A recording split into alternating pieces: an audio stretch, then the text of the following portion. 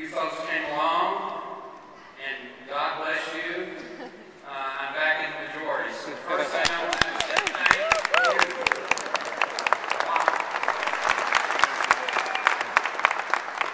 You want to know the difference between being the majority and being the minority in Congress? Remember that picture at Tiananmen Square? There's just one lone protester holding a flower in front of a tank. Yes. Well, the majority is driving the tank, and the minority is holding the flower. That's the difference. So now I'm back in the majority, and it does make a difference. Back in the early 80s, when I was flat-bellied and dark hair, I had the privilege to be a White House fellow for a man named Ronald Reagan.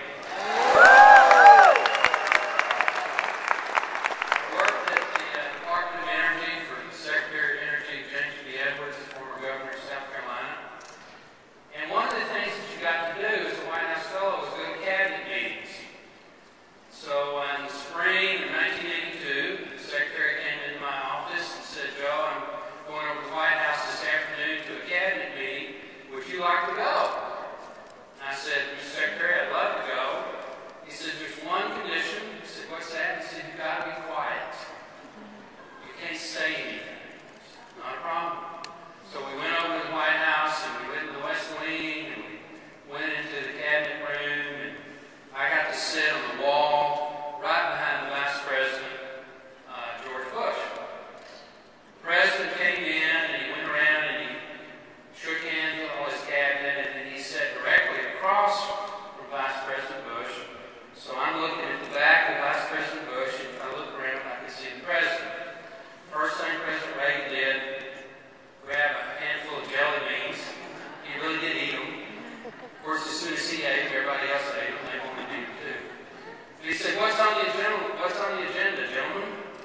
And Dave Stockman, who's Director of Office of Management Budget, said, Mr. President, we want to discuss sugar quotas. The agenda is sugar quotas. So the President said, okay, he wants to speak. The Secretary of State was a man named Alexander Haig. Mr. Haig stood up, and he said, Mr. President, I'm your Secretary of State, and we need to let more sugar into the United States. It will really help my job as Secretary of State, the Caribbean Initiative Program, if you let more sugar in the United States. The President said, thank you, Secretary Haig. Then the Secretary of Agriculture stood up, a man named Jack Block.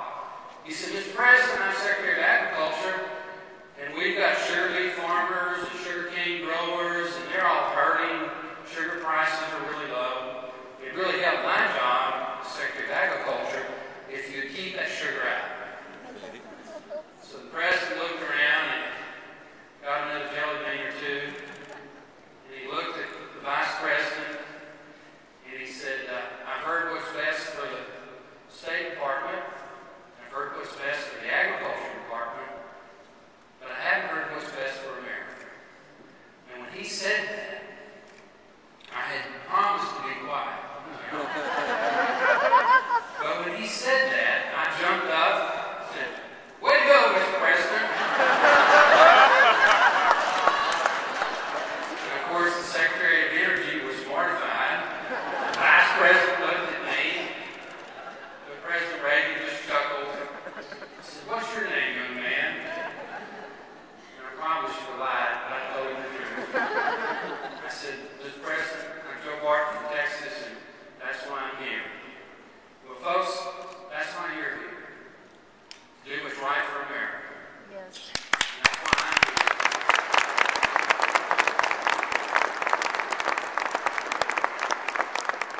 Now, I look around this room. I've done lots of town hall meetings, probably 3,000 or 4,000 in the time that I've been in Congress. And I've got to say, contrary to what some of the cabinet officials of the Obama administration say, you guys don't look like terrorists to me. You don't look like threats to democracy. You look to me like people who love America, love your country. You're very concerned about it. You're worried about it. And you want to make a change. So a couple of years ago, spontaneously,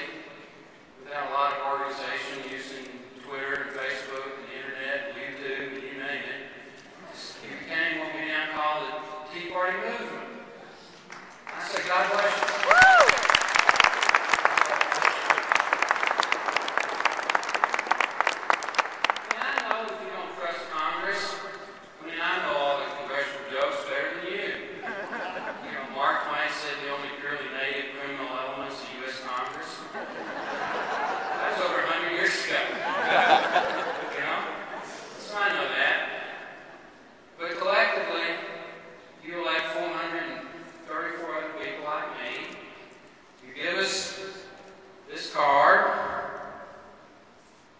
You can see it on the front row. It's got my picture on it. It says 6th District, Texas. On the back, it's got the seal of the United States of America, the United States Congress. It's a 2-year card. You know, it's not a lifetime card. I get to use it for 2 years to try to help America. There's 434 others of these cards, and each of us has a light and a big board in the House of Representatives on the floor, and when we go to vote, it's got my name, and the light goes up either red, no, green, yes, amber, present. The next 2 years are going to be very important years, because we're going to begin, thanks to you, helping make people like me the majority, we're going to begin to do the things that you care about. We started that process last week. You know?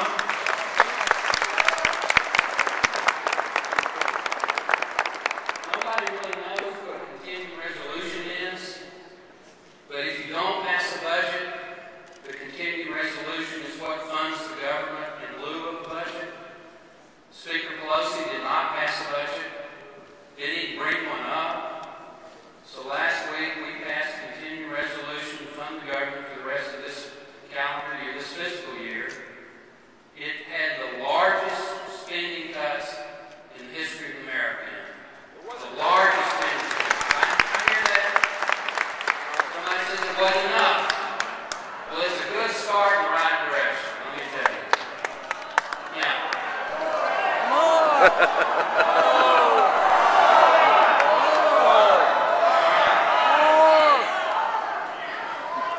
I hear it.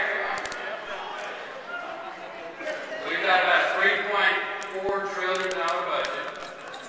We're borrowing $1.5 trillion, which is way too much. The part of the budget that we voted on last week is called the discretionary part of the budget. It's less than $1 trillion. You're not going to balance the budget just on the discretionary programs. So part of what we need to do, and we're going to attempt to do it, is look at the entitlement programs.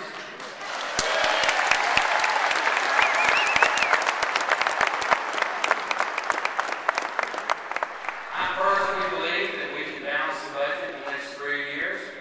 We put everything on the table, and we treat everybody fairly. I have a bill to do that. It's called the Strong Act. It cuts every program that's not an earned entitlement across the board every year until the budget's balanced.